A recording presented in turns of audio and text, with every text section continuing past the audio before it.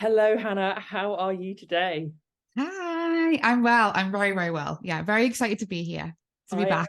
I'm so excited to have you back on the podcast. I know from my viewing statistics that my listeners love it when you come on the podcast. We get some good Oh. feedback, so I certainly enjoy our conversations. So you have been on a couple of times, but if you'd like to just give us a little bit of an intro into who you are, what you do, what you're about. Yeah, of course. So I'm Hannah. I'm an online business coach and mentor. And I'm also nearly 2 years sober. It'll be on January 1st. So traditional. Original January 1st.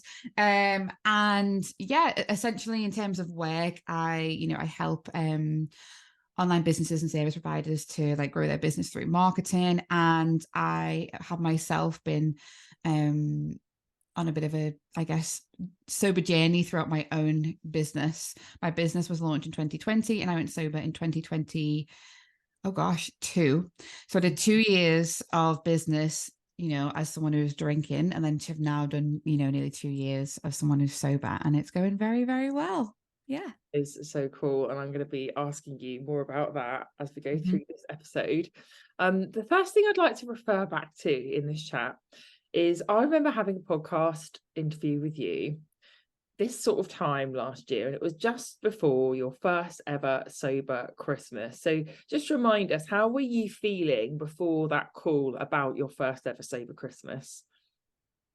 I think it was a mixed bag from what I can remember, of a bit of fear Mm. and also maybe a bit of like dread, a bit of sadness. That I think what maybe I may have mentioned is like fear of like, am I going to miss out? Mm. And how will I handle it? Because I know something that we talked about was that on Boxing Day, we were planning, me and my partner were planning to have everyone over to ours. We were hosting, and it was going to be a big kind of family get together. And like, oh gosh, like I was nervous. I think just nervous, fear, and definitely the FOMO, like the pre FOMO was there for sure. Yeah, and how did that Christmas go? Because we everyone heard you be coached on how to move through that, but we Mhm. didn't hear the outcome. So how was it? Oh my gosh, it was amazing. One of the best Christmases ever. Oh my And honestly, I mean, I'd probably say as an adult, if not the best, for many reasons, but it was great. It really was. I actually got engaged on Christmas Day. So that was a big deal. Obviously, that puts it up there. But because I got engaged, this also meant that there was family popping around with bottles of champagne and bottles of prosecco, God. especially because some family, I don't see a lot, and they didn't necessarily know that I was doing this. Well, also just to clarify, last year, when I went sober on 1st January 2022, it was meant to be just a 12-month experiment. So some family knew that maybe it was coming to an end on January 1st, 2023. Other family members didn't know, and they were just like, oh, you're not drinking at the moment. So even when people brought the champagne, the prosecco, who knew that I was sober, they were like, "Oh, you can drink this in January, when your little experiment comes to an end." And I was saying, I don't think it's going to come to an end. I was like, which is also an interesting conversation to have with family who maybe don't necessarily view alcohol the same as I view it, don't have the same views. So that was interesting. But overall, it was brilliant. I actually went and bought a load of alcohol-free mulled wine. Yeah. It's still downstairs. I didn't even open it. Like I definitely drank like alcohol-free prosecco, or like, am I allowed to say like brands on here? Like, Yeah, of course. yeah. So I always get like Nosecco, or there's that Yeah. one that I can't pronounce. It's spelled like Friex or something. Oh yeah, yeah, I know that one. They've got a good alcohol free wine. So I've had some of that, but I really thought I'd be there with like coming up with all the alcohol free different cocktails, alcohol free mulled wine, and I just never got around to it because I was just too busy like having fun. Just it didn't it wasn't an issue for me. I think Of course, there was a couple of moments of maybe like, oh, it'd be nice to have like a glass of champagne to toast a special moment, or, you know, everyone's drinking, and of course, it would be nice to be in with them. But then I was like, Hannah, you are in with them. There's no difference between, you know, you're still in this room with them. If anything, you're probably slightly more present than they are right now, because they're like 3-4 drinks in. So it was, yeah, it was a really, really memorable Christmas. And it definitely confirmed a couple of things. One, I'm going to continue on this, you know, in quotation marks, experiment. For, you know, I am going to extend this as a, I guess, permanent thing. And two, the conversation came up then, well, are you going to drink on your wedding? And as we record this, I'm getting married in January 2024. And I was like, no, because that's a day I definitely want to be completely 100% present and not inebriated by alcohol. So some interesting conversations, but overall it was brilliant. And how helpful that you had that lovely experience. And what I'm hearing as well is that the only thing that you quote unquote missed was just the ritual of the champagne flute and the bubbles. And actually, you don't have to miss out on any of that in sobriety. You can have the champagne flute with no secco in. And yeah, exactly. I mean, I where was I the other night? I went to go meet friends on Saturday. We went to a pub, and I was like, can I have a lime and soda? But could I have it in a wine glass? And I just asked that now about everything. My next drink was a Coke, and the guy didn't even hesitate. He just poured it into a wine glass for me, like knowing that I was going to ask that. I just asked for everything in wine glasses now, or Prosecco glasses. That's such a good thing to do. I Yeah. noticed, I've been watching the Osbournes podcast on YouTube, and I've noticed Ozzy Osbourne does that. He always has a Coca-Cola in like a really nice, like gothic wine glass. Oh, Like, nice. Exactly. I think I got that from you. We talked about that last year, I think, actually. And that was something that is, or maybe even at the very beginning of when I first met you, I think that was something that you talked about. And it's always stuck with me. Like, I can still have the ritual and I can still have the fancy glass, and it still feels like I'm drinking. But the only thing that is different is, even especially when I'm drinking like a lime and soda, the only thing that is different is one small tiny ingredient. That's exactly. And that's the ingredient that lowers your vibrations and disconnects you. So actually it's just a win-win. And I always say to my clients, and I can't remember if I said this to you last year, you know, it's so funny when we think we're going to be missing out on the magic of Christmas without a drink. And I used to think this. I used to be like, oh, you know, you can't not drink at Christmas. That's just awful. How would you have a magical time? But actually, we're experts at having a magical time at Christmas without alcohol. When we were kids, that was the most magical version of Christmas possible, where we would jump out of bed and it would just be, would really feel the magic. And I just think it's so funny how the number of times I try to recreate that magical feeling by drinking alcohol. But the irony is it takes you further away from that feeling. It makes you feel like dark and gloomy. And I remember thinking, oh, it's not quite doing what I need it to here. I feel a bit jaded. I feel ugh. And it's when we want, it's that kind of like bright-eyed and bushy-tailed, magical, childlike feeling. That's what you get when you're sober, right? Yeah, exactly. In fact, actually, as you said that, I was thinking last year did feel very like I felt like a kid again. Like I felt, because I also wasn't waking up hungover, which, you know, previously it was a big tradition to go. I mean, big tradition, probably from the age of 14, 15 to go drinking the night before Christmas Eve. So we'd always wake up hungover. Like as a teenager in my 20s, 30s, always wake up hungover. And then, you know, mum would make like maybe eggs or bacon, normally like a bacon butty or something. Sometimes I fry up, you know, that real greasy food.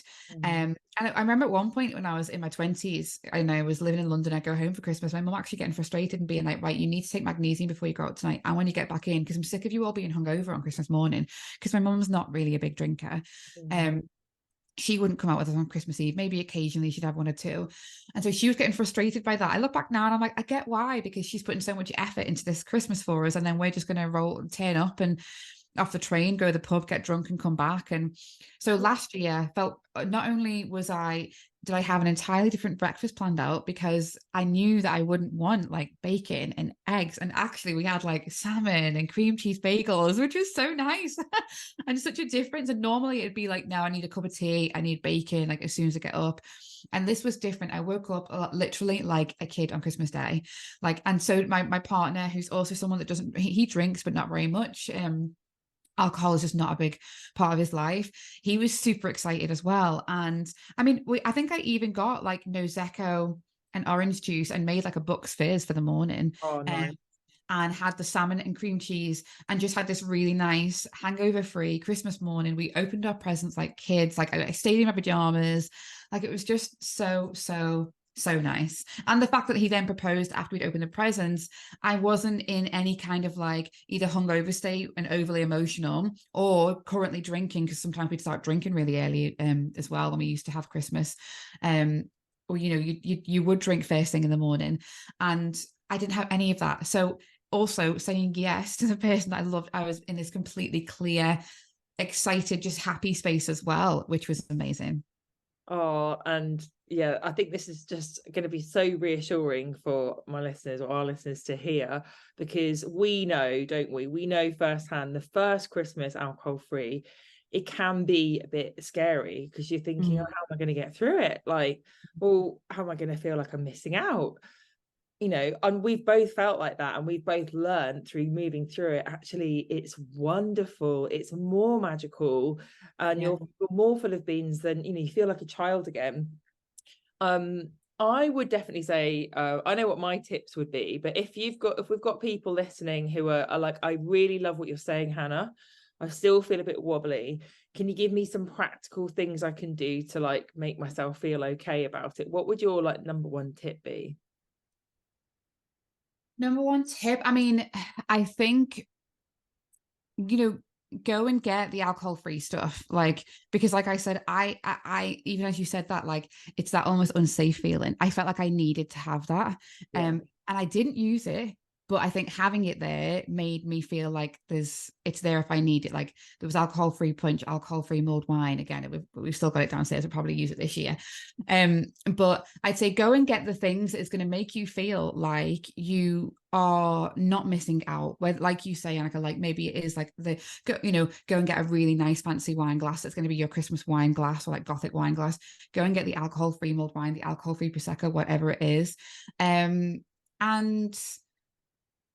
I'd say also as well, maybe like keep yourself busy. Like I felt like I had a really busy Christmas last year. Like I still engage with people. I still had like family around. I'd say what not to do is try and pull yourself away, and think, you know what, I can't. I mean, I don't want to like obviously tell people what to do, like go force yourself to be around alcohol. But I'd say I think what would have made it worse for me is if I was like, oh, I'm going to have a quiet Christmas away from everyone because I'm not drinking, because I think I only would have then sat there alone or with my partner, basically kind of feeling even worse. I think actually pushing myself to host family, pushing myself to go for a Christmas meal. Like I've already got like 2 Christmas meals that I'm going to with groups of friends this year that I've said yes to this year that I wouldn't have last year.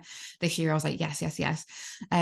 And I'd say, yeah, keep yourself busy. Don't be afraid to be social. Get involved in the Christmas parties or Christmas projects, like maybe host something, do a games night, like do something that's going to keep you in the spirit of Christmas. It just doesn't need to be alcohol focused. But if you really feel like you need it, have that alcohol free options there. Maybe go and make like I'm going to try and do this year, but maybe make like a mocktail that you like, and have that. Like I'm trying to find one that is going to be like a alcohol free version of a snowball, because that used to be one of my favorite drinks. So that's probably what I'd say. Getting the alcohol free stuff and keep yourself busy. Yeah, and actually, what I'm hearing while you're saying all of those amazing ideas, I'm hearing is about abundance. Yes. Yeah, as soon as we go into that lap mentality of I'm not allowed because I don't drink, no. That is a story you're telling yourself, and that is making you feel miserable, deprived, that you can't join in. And actually, if we've reframed, the most abundant way to live is to be alcohol free. You can have everything you had before and so much more, because you get to connect with people more, you get more feel-good hormones, you get to sleep better, you don't have to deal with the hangovers. And really, I mean, for me, when I stopped drinking, I did feel a little bit like I've been born again. I was like, I get to do everything now as real me, not drunk me. And it was like, oh, I'm back, everyone. Like, oh, let me, things like, let's organize a games night. And like, it just felt so wholesome and like, oh, this is so nice. And I wasn't worrying about my drinking anymore because it had been such a rain cloud. And now I was like, I'm free of worrying about it. I can just be and do all these fun things. So yeah, abundance is the number one. If you're ever asking yourself, like, should I do this or shouldn't I do this in your alcohol-free Christmas or alcohol-free journey at all, just come back to, does this make me feel abundant? And that's always like a really helpful thing to ask, I think. That's such a good point. I think the two things are so like connected. There's, you know, again, like this whole FOMO, the fear of missing out. You're actually going to gain, you know, so much by experiencing obviously an alcohol-free Christmas, but also just generally, like you say, on your sober journey, like you gain so much more. You feel like you're losing things. And also just to say, sometimes we do lose things along the way. I think I've definitely, I wouldn't say lost friends, but like yeah, essentially. But then it's also like, I saw that you did a post about this actually recently, I think on your Instagram or your TikTok, and you talked about like, if you're losing friends during your sobriety, were they really good friends anyway? And so it's also, and even then you clear the space to welcome in the right people, the supportive people, or you clear the space for something else. It might not even be friends. It could be something, it could be a new hobby. It could be a new relationship. It could be, you know, anything. But I think, yeah, those two things, abundance and sobriety, are just like paired up happily ever after. Happily ever after. I love it. And actually talking about happily ever after. So it's great to think about Christmas and how we're going to move through that and enjoy the magical season. But let's talk about like what's been going on for you in the year in between we were last talking about Christmas. What have you manifested? How has your sobriety helped you continue to up level? I'd say, I mean, it's been it's been a tough year. Oh, sorry, I've got something on my computer going on. It's been a tough year, but a brilliant year, like super expansive. I definitely say at the beginning of the year, I had a couple of wobbles just in business, was feeling a bit meh, like, and I'd say those were times that, again, old me would have just gotten drunk, basically, and been like, you know, when you're almost angry at the world and you feel like you're angry at the universe and you're like, I'm just going to, like, screw this, and you just go and grab a bottle of wine as if the universe is going to be like, oh, I'm sorry. there's no apology from the universe, and you just wake up with a hangover. That used to be like my old habits. And I'm really glad that I was sober this year, because my business has definitely grown. I've had some incredible months. Like income has just like, you know, tripled kind of like overnight. It's incredible. And I definitely think that I may have spoken about this on a previous podcast. I can't remember. I don't even know who it was that said this, but I saw on Instagram a woman saying that she used to, you know, wish or try and manifest, you know, the big bank balance and the big career and the relationship and all of these things. And then she realized that she was never going to get those things when she was drinking, because she didn't have the trust in herself. Yeah. And she wouldn't have been able to trust herself to not then go and, you know, she wasn't, I can't remember how she worded it, but it's like she wasn't in the right mindset to have the $1 million business, or to have the relationship, or to have the amazing career. And something about when I read that, which was probably around over a year ago, it really hit me like, I get that.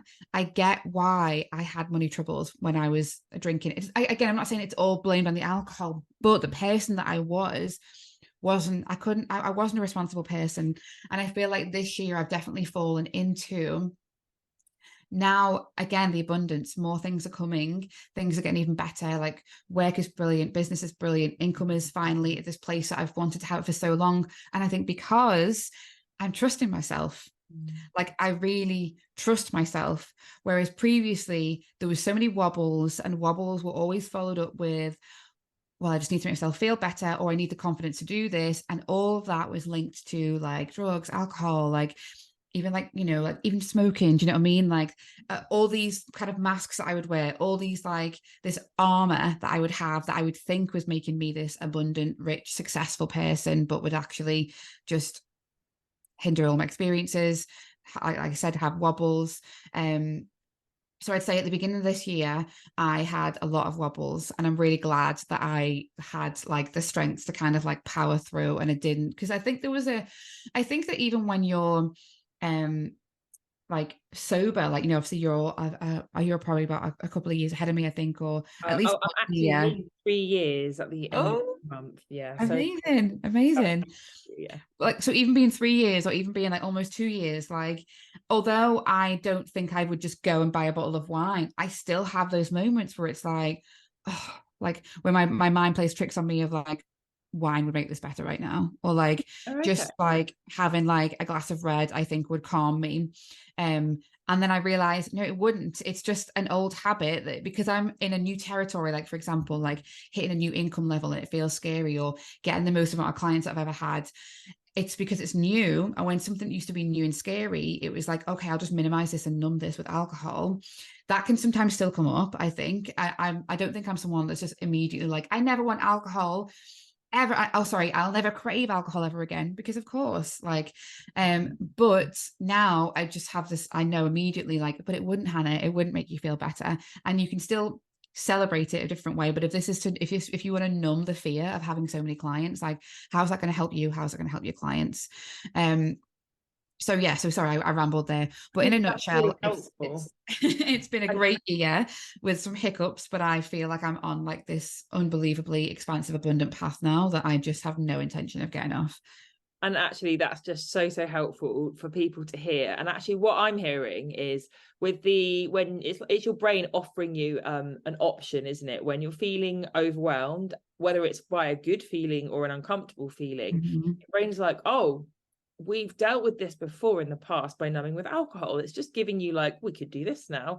Yeah, Interestingly, I don't ever think that, but I do think what you're describing is, I need to numb this. I don't want to feel this feeling. And I definitely get that. But I think because I've coached so many people around alcohol, I've completely reprogrammed myself. I never, ever, ever even think about a drink would make this better, but I'll have chocolate. I'll be like, let me eat food. And it's the same thing, it's numbing, right? And it is a part of the manifestation process. These wobbles are what make us stronger. These wobbles are realignment, redirection. They're expansive. I always say there is magic in the darkness. And it's just, when you're going through them, you've got to feel the feelings. And this is another thing, right? You have to feel the uncomfortable feelings to take the learning, to get the up level. And when we anesthetize with alcohol, well, it's like we're like, I'm not showing up for the assignment. Well, how are you going to remember not to go back to that toxic ex if you keep numbing the pain? The pain is important. It's there to remind you, don't do this again. I love what you just said about us, like that's not the assignment, exactly that, because I always see it as like a test. Like, again, it's never a case of like, oh god, like I need like wine. It's just like oh, like feeling a bit, oof, like this is a lot. Like I feel like a glass of red wine would like really like help me out right now, or like a glass of, you know, prosecco or something. And immediately it's like, okay, so what do I need to feel? Yeah. Like, I'm obviously, like you say, there's obviously a feeling there that is uncomfortable, it's new, it's scary. Like, what do I actually need to feel? And like, what would the best version of myself do? And not as in I'm not being that best version, like, that could be me right now. Like, what should I do? What's the best version of me? How's I going to handle it? Rather than the old habit coming up of like, oh, like you said, the brain just going, oh, there's an option there to do the old thing that Hannah used to do.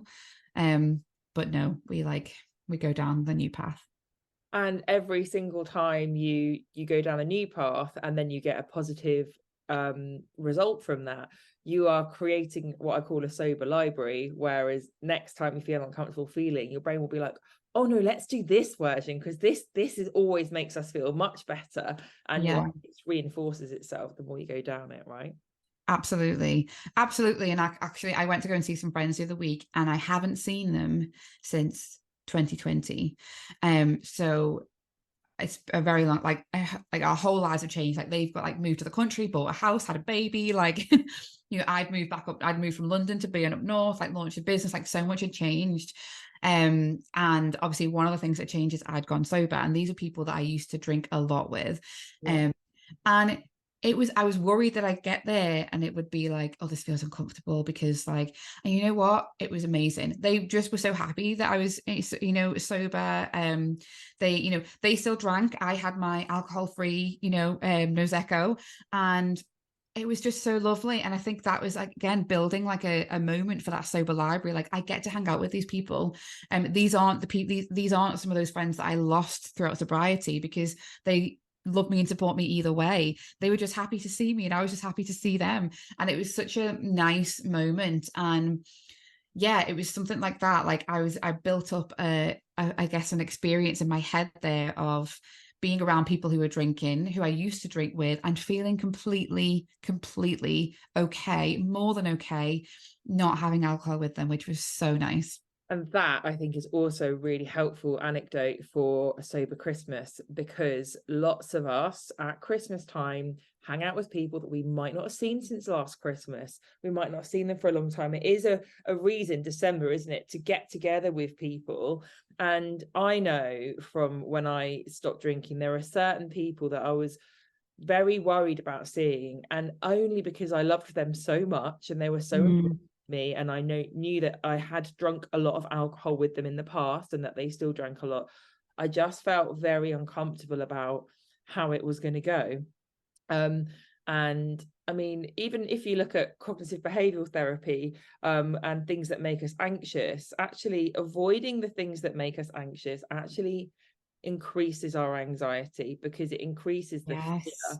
And facing, and there's these things called safety, what's it called, safety actions. It's not, I've got that wrong, but safety something, where, you know, for example, you might walk into a room, and if you think everyone hates you, or you have social anxiety, you might be walking into a room and you would stay looking at the floor because you're too scared to see what everyone's reaction is, because you think that they'll all be laughing at you. And that's a safety, protective safety activity. Whereas if you walked into the room and you just say, I'm just going to deliberately look around and I'm just going to see what everyone's reaction to me is, and then you see no one's laughing at me at all, it's all in my head, then the anxiety goes away, right? And it's the same with seeing these friends that we might be worried about. I promise you, it's never going to be as bad as it is in your imagination. It really, really won't. People that love you will love you anyway. If we've got a glass of Prosecco in our hand, people forget that we're not drinking. Yeah. And I also think that, like, exactly that, like, people will either love you, and if people do have a problem with it, they actually don't have a problem with the fact that you're not drinking. I think that more says they have a problem with themselves. If anyone has a really strong reaction as to why you're not drinking, that's definitely a them issue and not a you issue. And actually, I had a flashback as you were talking then. Like, I've also had quite a few people, one of them being my dad, who after a drinking session or during or at the end has said to me, you've got the right idea. Like, the drunk them, like, they've gone past the giddy point of, and the what's it called? I've actually forgotten the word now. Oh my God, tipsy. Yeah. They're maybe going into that, like, headachy end of night. And my dad actually said this to me. We went to the Bruce Springsteen gig in Hyde Park this summer with some of my family, drinking all day. Obviously, I'm not drinking all day. I'm just on, like, the lime and sodas and things. And you know, no one really, everyone was fine. Everyone was supportive. It was fine. No one even mentioned really that I wasn't drinking. I think I might have had a few alcohol-free beers as well, so people maybe even didn't notice. But because we were out for the day from like 12, and he didn't come on till, God, like 7 or something. It was a long time. And before the gig even started, I think my dad, who can get quite bad headaches, started to feel under the weather, and he threw this beer away. He literally poured it out onto the grass and said, you've got the right idea. And we kind of laughed about it because it was so dramatic. But that's happened to me a couple of times now, when people are drinking and then they obviously getting into that point where maybe this, again, like you say, I learned this in your Sober and Soulful course, how it changes throughout. You know, you think that you need more, and your brain is telling you that, like, you need more, but you don't, obviously. And you're almost going from, like, you keep on losing the happiness and going into a depressant. And so the way to get around that was almost like, okay, we'll drink more. Your body tells you to drink more, but it's only going to keep on making you think you're getting happier, but you're actually getting more depressed. And I think this is what was happening on that day. And And yeah, I mean, obviously he didn't then turn around and go sober, my dad, but he definitely is like is not drinking as much. And it's just, I think also my dad's big into cycling and things, and he is big into health. He's also just seeing like, what's the point? But it was a really nice moment where he, you know, they've been there all drinking all day, and it felt like I was the odd one out, and I was the one, you know, the one not making a mistake, but the one, yeah, the odd one out. So to have him turn around to me and say like, you've definitely got the right idea, was a really nice like Really moment. validating, right? Yeah. Yeah. And this is the thing with not drinking. Ultimately, we all just want to be respected and accepted. And Mm. this is why I always say to clients, when we first stop drinking, sometimes drunk people can really trigger us, okay? But when we get triggered by drunk people's behavior, that is an us thing, and we need to manage ourselves, because if people think we are judging them, they will judge us too, and then we'll be like, they're judging me for not drinking. Because Yeah. really, when we're judging people for drinking, it's because we've thrown our drinking behavior in our shadow and we haven't forgiven ourselves for our behavior. But if people around us who are drinking feel that we totally accept that they are, we don't judge them, we're like, yeah, I'm not, but I'm really happy to be hanging out with you, and you can have one and I'll have an alcohol free, then people are much more likely to go, oh, cool, well, you do you and I'll do me. And then they say things like, you know what, I think you've got the right idea, like it's really cool that you do that. And then you think, oh, I feel so accepted, and then you can accept them back. The other thing that's interesting is when I showed you that graph in Sober and Soulful around how we kind of get pulled down the quicksand, if you like, the neurological quicksand when we drink alcohol. You did something that's so powerful, which I ask all clients to do, which is go out in the world and collect data, watch the graph. When you see people around you drinking, rather than thinking, oh, I don't want to be around this, just think, great, let me collect some data. Can I see the graph happening? And when you can see it, I've watched it in my dad too. I'm like, oh my goodness, it's so clear. Like the first drink, he's so happy. And then a few drinks in, it's like he's got nothing to say to anyone. Like Yeah. really, like, and I'm like, that's not even fun, you don't even look happy. But we can't see that when we're drinking because we're inebriated. Yeah. Yeah. Yeah. Sorry, I just went off on a waffle then. No, it's great. I love the quicksand as well. Because yeah, I'm pretty sure I butchered the description of that graph, but it was so good. I remember that being like my favorite part of the program, because it was like a real eye-opener to like, so that's why I would keep drinking, because it kind of tricks you, doesn't it? It plays a tricks on you and thinks that you need it, but actually what you need is to like step away, stop.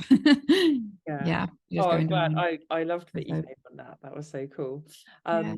So before we finish up today, obviously you are an alcohol-free, sober woman, but you're also a sober entrepreneur, and I love working with you. Can you just fill us a little bit in on like what your business is about? Because there might be lots of other coaches out there who could probably do very well from working with you. So over to you.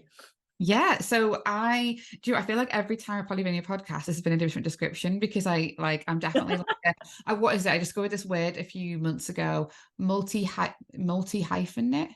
That sounds like something like a punctuation mark or something, but it's apparently like a person who has multiple passions. But basically, in a nutshell, I love helping people to grow their business. So there's different ways of doing that through like affiliate marketing, Pinterest, SEO, social media, but essentially it's all people who have like online businesses, usually service providers, so coaches, healers. You know, I work with witches as well at the moment. I've got a few witches in my client base, tarot card readers, like anyone who basically is like, I have a service, I offer it out to people, and I just love helping them to grow their business.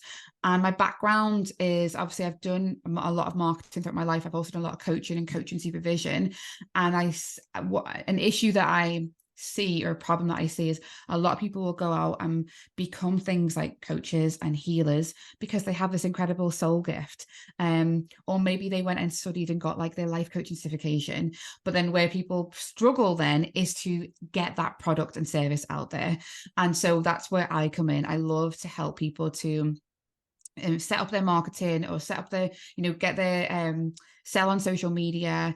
And something that I'm working on at the moment is essentially like a brand new mastermind called Storyteller, which is all about helping service providers and solopreneurs to sell their services through social media without necessarily selling. Because the second that we hear the word sales or sell, we think of like cheesy car salesman and like, come and buy my offer, come and work with me. And actually, kind of the mission that I'm on at the moment is to help people to sell their services just by showing up and being themselves and being authentic and using social media in a way to tell stories. So that's what I'm working on right now, which I'm very excited about. But I also have a bunch of other products as well. Like I have Pinterest to Profits Academy, which is for solopreneurs who want to use Pinterest to grow their business. I have like an ebook for if you're interested in affiliate marketing about how to make your first like $5,000 online. So it's really all about like empowering people to go out there, use their soul gifts, use their passions to A, create impact in the world, and B, make an incredible income for ourselves, because we totally deserve to do that as well. That is amazing. And I'll put all the links in the show notes. Thank you. I highly recommend Hannah. She's amazing. And hopefully, Hannah, I haven't actually asked you this. I'm asking you live on the podcast. So I might come and see you over December. Oh my God, yes. Yeah. Absolutely. And you're coming to my wedding as well. I can't wait. I was so honoured. I cannot wait. But yeah, my family are in New Zealand over December, so I'm going to plan lots of fun things in. So I keep feeling festive. So yeah, if you're free, I'll come and say hi. Oh my God, yes, of course. You are welcome to our house anytime. Yeah. Awesome. Well, thanks so much for coming on today, and I'll speak to you soon. Bye. Bye. Thank you so much for listening to me today. If you would like to have the chance of winning a free one-to-one coaching session with me, then I'd love it if you could leave me a 5-star review. All you need to do is take a screenshot of the review and send it to me at thrive@coachingbyanneka.co.uk, and I would love to connect with you. If you would like to connect with me further and you'd like to download my free guide, then please go to my website and you can do that, and you'll be added to my mail list. Or if you would just like to book in a free discovery call with me, then you can do so via my email address or through my website. All of these links will be in the show notes. And I hope you have a wonderful, magical, sober week, and I will see you this time next week.